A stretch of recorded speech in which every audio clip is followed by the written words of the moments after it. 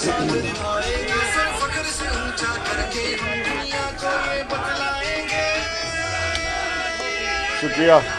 شکریہ.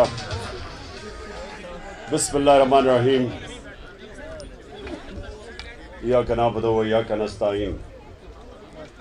میں جناب سب سے پہلے اورنگزیب صاحب president Bahawalpur high court bar ایسوسی ایشن اور میرے کولیگز پارٹی کے بھی میرے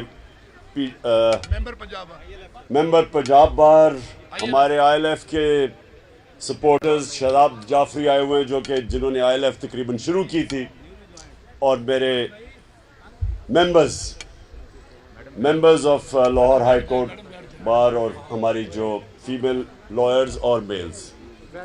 دیکھیں میں ایک خاص وجہ سے آپ کے پاس آیا ہوں.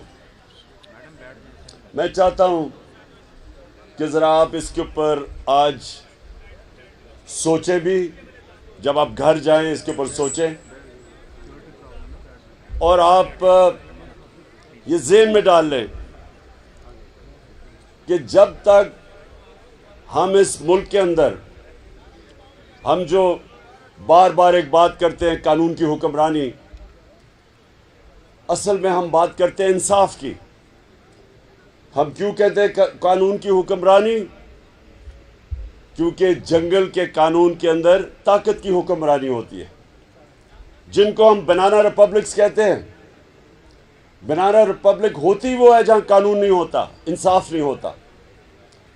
اگر میرے سے کوئی یہ پوچھے کہ ایک چیز پاکستان میں اگر ہم ایک کام کر دیں جو ہمارے ملک کو ایک ترقی یافتہ ملک بنا دے گا, وہ کیا ہو؟ ایک چیز اگر ہم اس ملک کے اندر انصاف قائم کر دیں, اور انصاف کا مطلب یہ ہوتا ہے کہ طاقتور اور کمزور ان کے لیے ایک قانون بن جائے. میرے نبی صلی اللہ علیہ وسلم نے کہا تھا کہ تمہارے سے پہلے بڑی قومیں تباہ ہوئیں, جدھر جب چھوٹا چور چوری کرتا تھا وہ جیل میں, اور جب طاقتور چوری کرتا تھا اس کو وہ ملک کا نظام نہیں پکڑ سکتا تھا. یہ بیسکلی ایک چیز یاد رکھے, ایک چیز, جب تک ہم طاقتور ڈاکوؤں کو قانون کے نیچے نہیں لے کے آتے, یہ بھول جائیں کہ کوئی بھی اس ملک کو اوپر اٹھا سکتا ہے. یہ ذرا غور سے سنیں. میں آپ کو ایک یونائٹڈ نیشن سیکرٹری جنرل اس نے ایک پینل بنائی ہے, کمیشن بنائی, پتہ چلانے کے لیے کہ غریب اور امیر ملکوں کے اندر یہ کیوں فاصلہ بڑھتا جا رہا ہے. غریب ملک غریب ہو رہے ہیں, امیر ملک امیر ترین ہوتے جا رہے ہیں. تو اس نے ایک پینل بٹھائی جس کا اس کا نام رکھا فیکٹ آئی پینل. اس نے بڑی دیر کی ریسرچ کے بعد کس نتیجے پہ آیا, اور یہ ذرا غور سے سنیں کیونکہ یہ پاکستان کے لیے بہت ضروری ہے کہ ہماری قوم اس چیز کو سمجھے. جو میں 26 سال اس ملک کے اندر انصاف کی جنگ لڑ رہا ہوں کرپشن کے خلاف, کیونکہ انصاف آئے گا تو کرپشن ختم ہوگی. تو وہ جو فیکٹ آئی پینل کی فائنڈنگ وہ کیا تھی؟ اس کے مطابق ہر سال ڈیولپنگ ورلڈ, یعنی کہ ہماری طرح کے ملک جو ڈیولپ ہو رہے ہیں, غریب ملک, ان ملکوں سے 1700 ارب ڈالر 1700 ارب ڈالر غریب ملکوں سے چوری ہو کے امیر ملکوں میں جاتے ہیں, آف شور اکاؤنٹس پہ جاتے ہیں, بڑے بڑے لندن کے فلیٹس خریدے جاتے ہیں. یہ یہاں سے غریب ملکوں سے ان کی جو رولنگ ایلیٹ ہے, صاحب اقتدار, ان کی جو ایلیٹ ہے, وہ چوری کر کے پیسہ غریب ملکوں سے ہر سال 700